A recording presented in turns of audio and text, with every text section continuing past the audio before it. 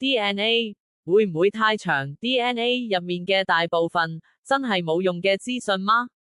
佢睇落好似喺一個足球入面亂糟糟咁纏住咗2米長嘅線，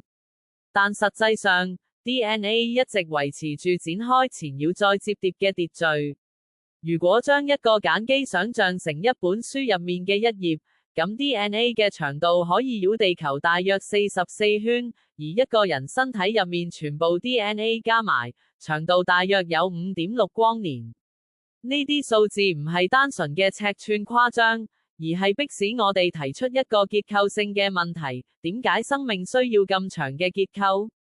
第一，調節 DNA 唔單止儲存製造蛋白質嘅指令，仲包含幾時啟動、幾時停止同埋運作強度嘅調節結構。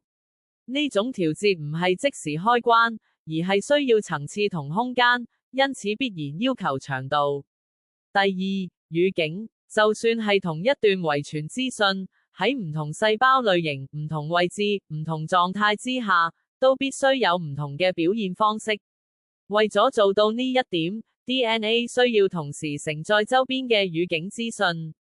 而呢啲語境資料一旦被過度壓縮，功能就會消失。第三，時間性， DNA 唔係為咗某一刻而存在，而係好似一份橫跨發育成熟同老化嘅生命履歷，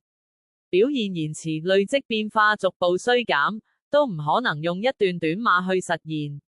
換句話講，長度本身就係一種將生命維持喺時間之中嘅分散裝置。第四，結構穩定性，要令以上嘅調節同時間流動得以運作，整個結構必須唔容易崩潰。重複序列同非編碼區域並唔係浪費，而係作為緩衝機制存在。所以2米並唔係資訊過剩。為咗被調節、被語境化，並且喺快速流動嘅時間入面得以維持，生命需要咁樣嘅長度。換句話講，佢之所以變成咁，係因為有需要，而呢種需要喺整個結構之中前後一致咁顯現出嚟。一句講晒，2米係意圖根據需要所選擇嘅精確長度。